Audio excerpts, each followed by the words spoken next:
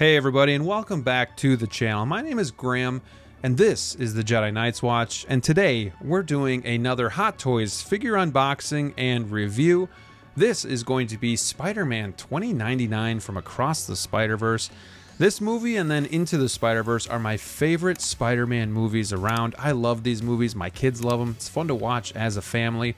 So naturally I really wanted to get this figure.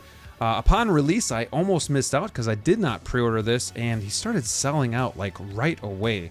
Kind of got a little scared, but luckily I was able to snag him from Toys Fork Adults, an overseas reseller. Had no issues getting the figure to me, shipped right away. Came packaged very nicely as well, so thank you to them for getting me this figure. Really do appreciate it. When we're taking a look at the box, there's going to be a lot of coloring going on. We got the spider logo on the side, and there's going to be some metallic imaging going on too, like when he's kind of going through time. This is going to be MMS 711. We are getting up there in the numbers. Can't wait to see what 1000 is for MMS. But again, you can see the box here. It looks great. Lots of colors kind of running through the time portals there. At least that's what it looks like to me. It's going to be a slip cover design, so we do see that window design. It's different though. It's not a normal rectangle. It's got like this odd shape to it. Once we get the box on the table, we'll just flip it around. You can see there's some art on the back as well, some images of the figure. And we're going to open this bad boy up and get him out. As we get him out of the clamshell too, you can see like he's packaged a little bit differently, and this is probably why the box is a little bit bigger. The head sculpt's on top. The cape is actually packaged different, but nonetheless, when I first see this figure with my own eyes, like the coloring, the red and the blue pop, but the size of the figure pops.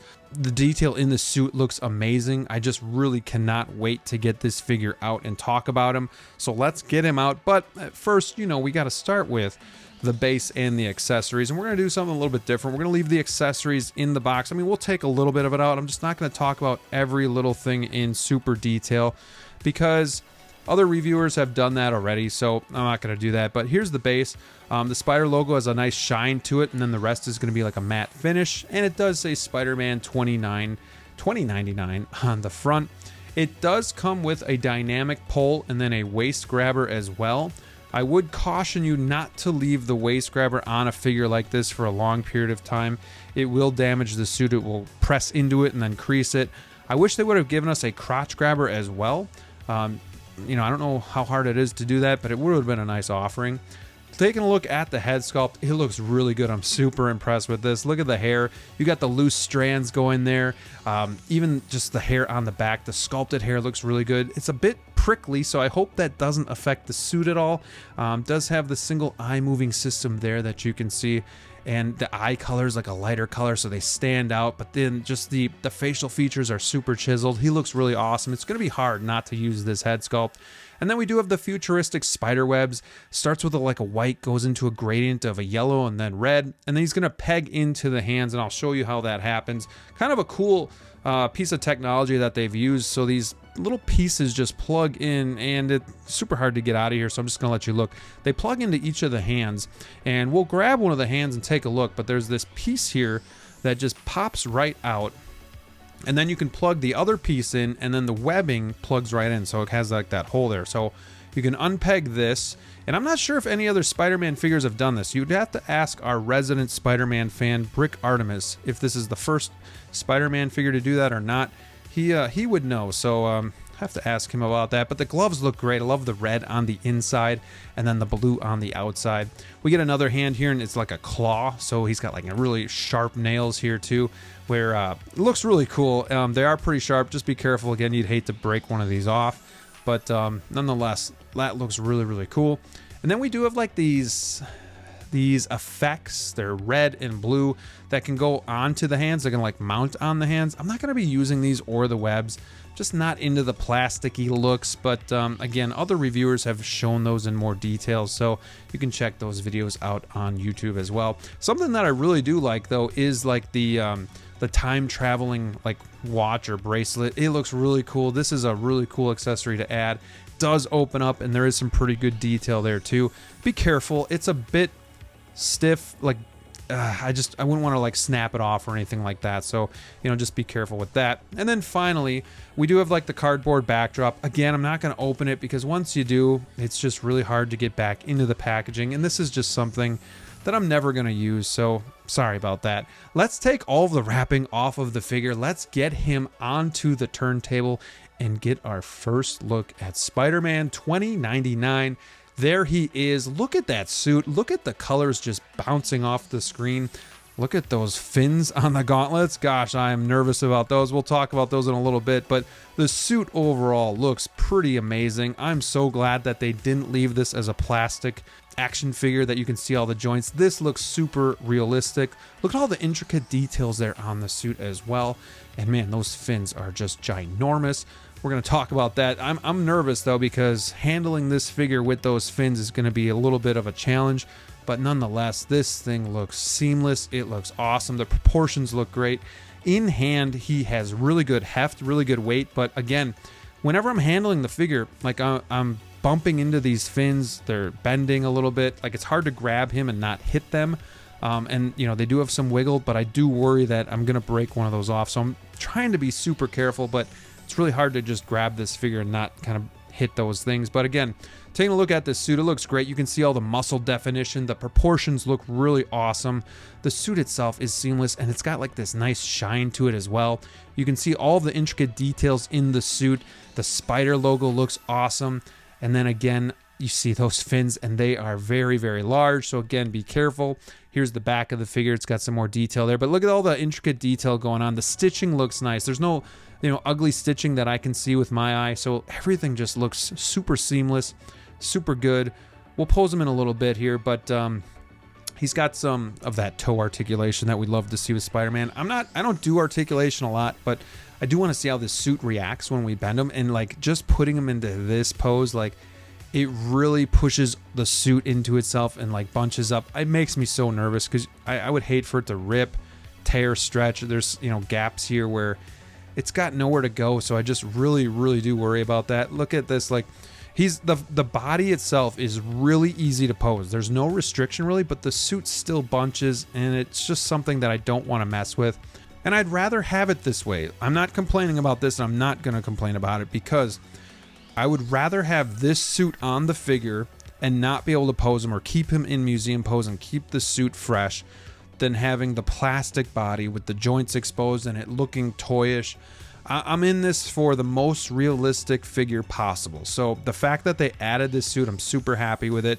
I'm just not going to pose mine, because at least not into dynamic poses, because I want to save the figure and I want it to look good for a long time.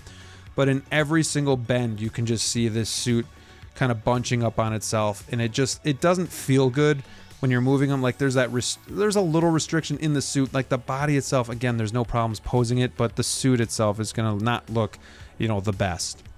All right, so here he is with the head sculpt on, and man, this looks really good. We got the eyes moved to the side there a little bit of a menacing look for our Spider-Man 2099. Oh man, the hair looks good. This is a banger of a figure, I gotta say. I'm really impressed. The fins again, just be careful. We're trying to work around those, but they look really good. It's a cool effect, aesthetically, with these awesome, large fins, but it's not practical. I have to set the figure on its face because I don't want to set it on those fins, because I don't feel like they can hold that. But we're gonna take a look at the cape, and it's like red going into a clear. It reminds me of like a fruit roll-up that's like half eaten, but it's got magnets and it's supposed to just go right onto the neck. But we're gonna have to take the head sculpt off first, and once we do that, then we can slip it over the top. And be careful, because it's got some pointy edges on there too, so I'm a little worried about this. I don't know if I like this look either, but we're gonna put it on and see. The other problem I do have with the figure, not this figure, but the technology of these new pegs, these new neck joints, is that if you don't find it exactly how it's supposed to go, it doesn't line up good. It doesn't peg in.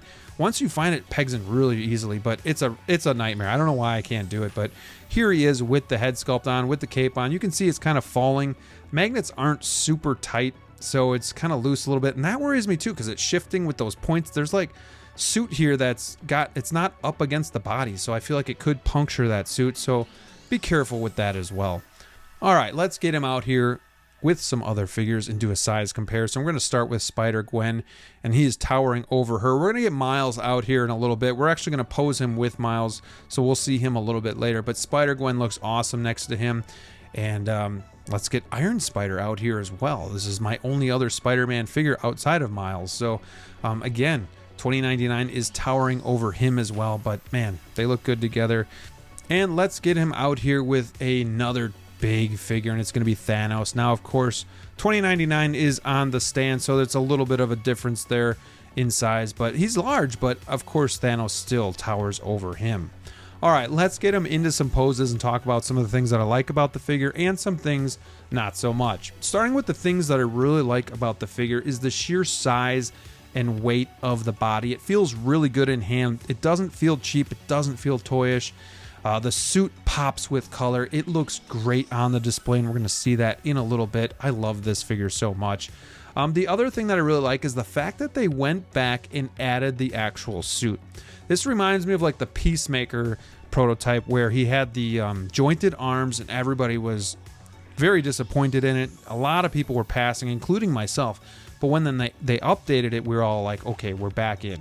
Same thing with this figure. Like, the fact that what they tried to do, it didn't work, but I'm so glad that they went back, fixed it, and put the actual suit on. You know, Spider-Gwen, Miles Morales, they both have suits on, so he should as well. We want these figures to look as realistic as possible, and I think they did an amazing job with that. And the third thing that I really like about this figure is the head sculpt. The sculpted hair looks amazing. I love the loose strands kind of hanging off to the front and to the sides. You know, the lighter colored eyes look amazing, but then just the facial features itself looks really, really good. They did an amazing job making this figure come to life. A couple things I didn't like as much, nitpicky things really. This figure is awesome, but no crotch grabber. I don't like these waist grabbers. They dig into the suit. They ruin it over time.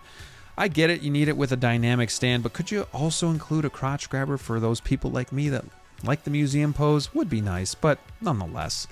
The next thing is the head joint connection. I don't know if it's just me. Why can't I get it right? And why can't we just use normal neck pegs? I don't know about this new technology. It seems like with these newer figures, but if you don't have the head sculpt just right, it won't pop in, and it is a little bit of a pain. The last thing isn't really a dislike, it's more of a word of warning. Be careful with this suit.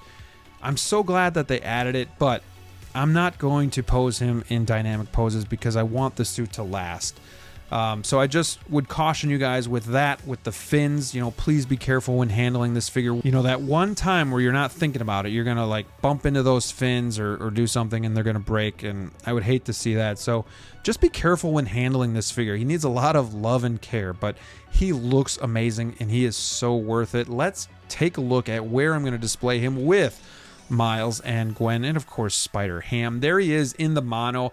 They look great together. Man, I love the look of it. It's simple. It's a museum pose, but I think it really looks good. So really happy with it. Let me know what you guys think. Are you going to get this figure? Let me know what you think of the video. Hit that like button. And until next time, stay safe out there, and we'll see you soon.